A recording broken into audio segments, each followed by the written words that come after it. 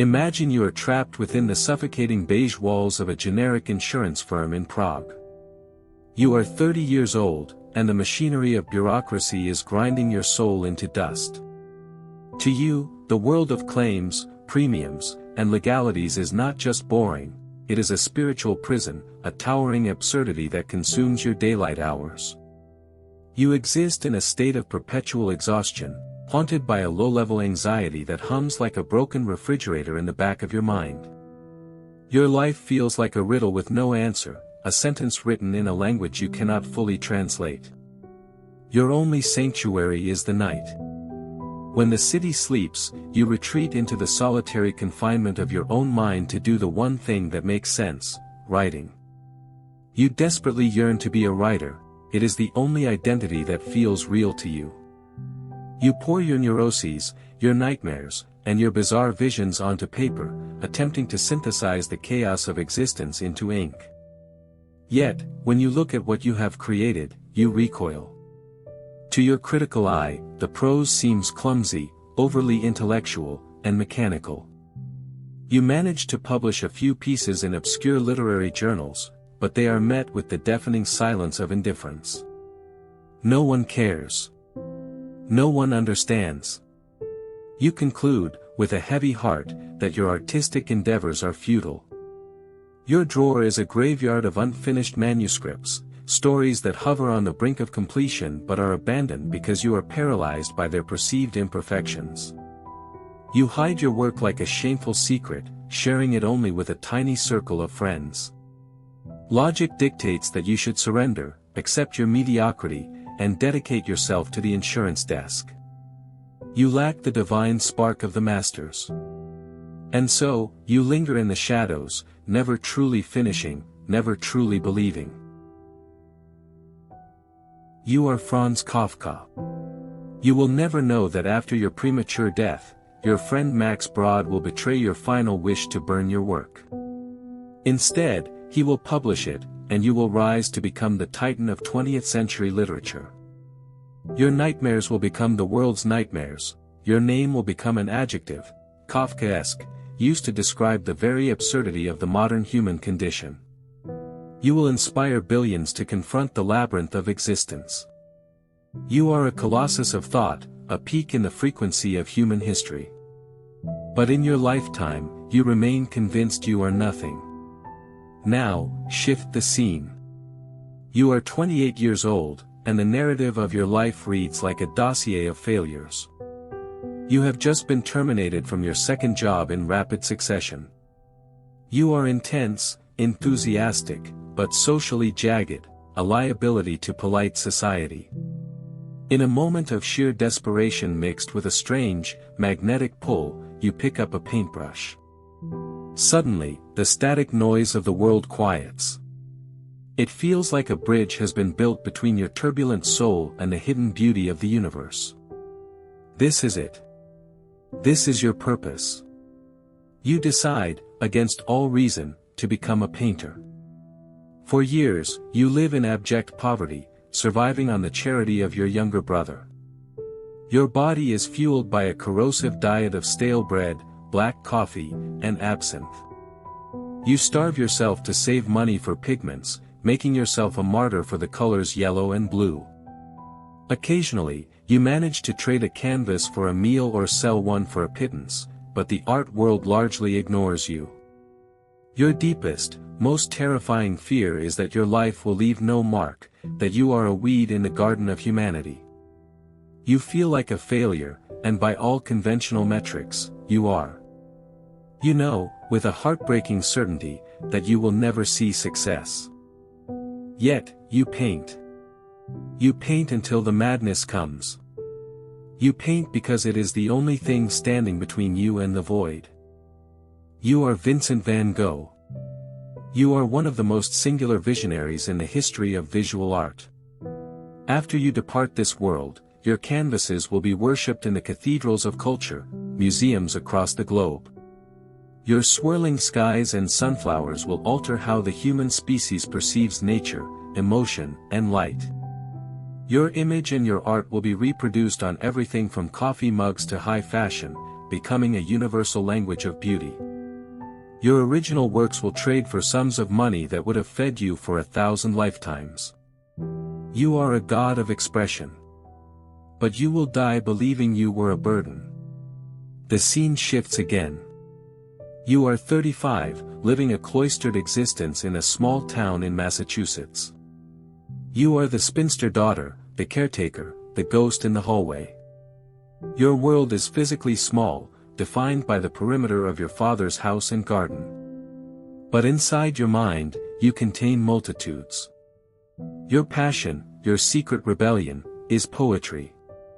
You have crafted nearly 1,800 poems, tiny, diamond-hard fragments of observation and emotion. You stitch them into little booklets, hiding them in your cedar chest like illicit treasures. You have no ambition for the limelight, yet you crave connection. You send poems and letters to friends, but when you attempt to publish formally, the editors butcher your work. They strip away your unique punctuation, your odd rhythms, your soul, trying to force your wild genius into the corset of conventional rhyme. It hurts. The published versions are lifeless corpses of your intent. The literary world of your time tells you that you are wrong, that your voice is improper. And so, you retreat. You lock the door. You choose the darkness of your room over the false light of approval. You are Emily Dickinson. You are the matriarch of modern American poetry. After your death, your sister will discover your hoard of genius. Your work will be restored to its original, jagged glory, and you will be recognized as a revolutionary who broke the spine of traditional verse to rewrite the rules of language. You will speak to the lonely, the broken, and the hopeful for centuries. You will teach the world that a soul can be infinite even within four walls. You will never hear the applause. Now, imagine you are 40. You are a man of science, a meteorologist and polar explorer obsessed with the physical mechanics of the Earth. You do not just look at the map, you interrogate it. You travel to the ends of the globe, collecting fossils and studying rock formations. Suddenly, a pattern emerges that is so obvious, yet so radical, it takes your breath away. You realize that the continents are not fixed statues but wandering rafts. They were once one, and they have drifted apart. You compile your evidence, the matching fossils on separated coastlines, the geological puzzles that fit together like a torn letter, and you publish your theory.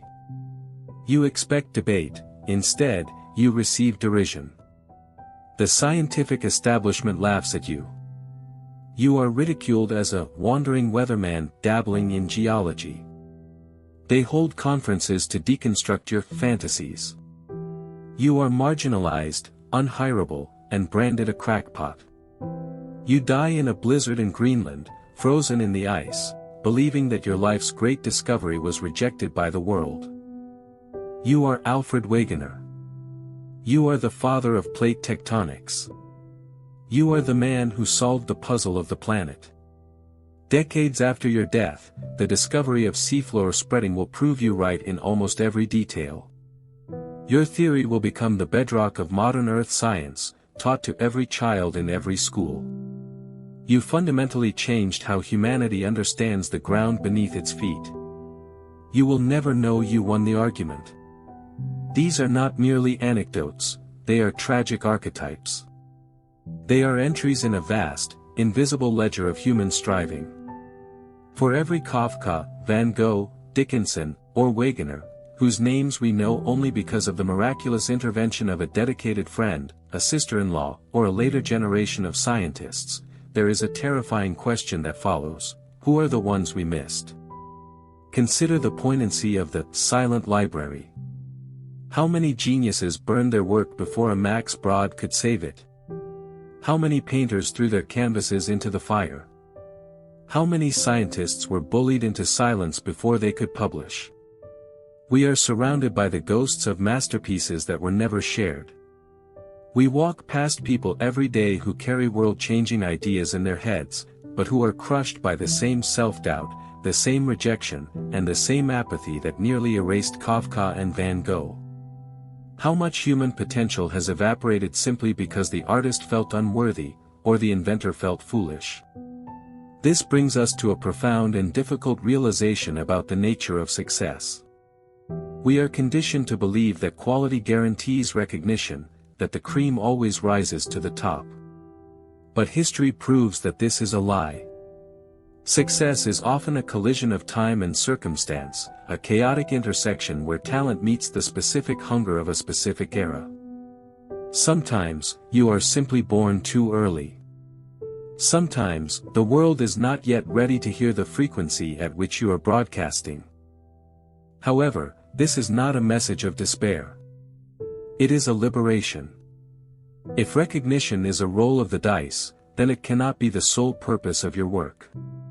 If Van Gogh's value wasn't determined by his sales figures, then neither is yours. If Dickinson's genius wasn't defined by her lack of publications, then your worth is not defined by your follower count or your accolades. The lesson from these lives is that we cannot use the world's current silence as a litmus test for our potential. Our self-perception is often distorted by the fog of anxiety. We are unreliable narrators of our own worth. As Kafka wrote, we are often searching for a beam of light in a dark void, unaware that we are the light.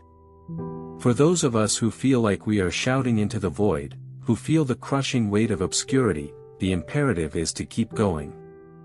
We must create not for the applause, but for the act of creation itself. We must treat our work with the dignity it deserves, even if the world refuses to do so yet. We do not know when the wheel of fortune will turn. It might be next year. It might be in a decade. It might be long after we have left this mortal coil. But the possibility of connection always remains, as long as the work exists. As Van Gogh wrote in a letter, amid his suffering, I feel such a creative force in me. I am doing my very best to make every effort because I am longing so much to make beautiful things. Beautiful things require pain. They require the stamina to endure silence. But above all, they require you to pick up the pen, the brush, or the instrument, and simply begin again, regardless of who is watching.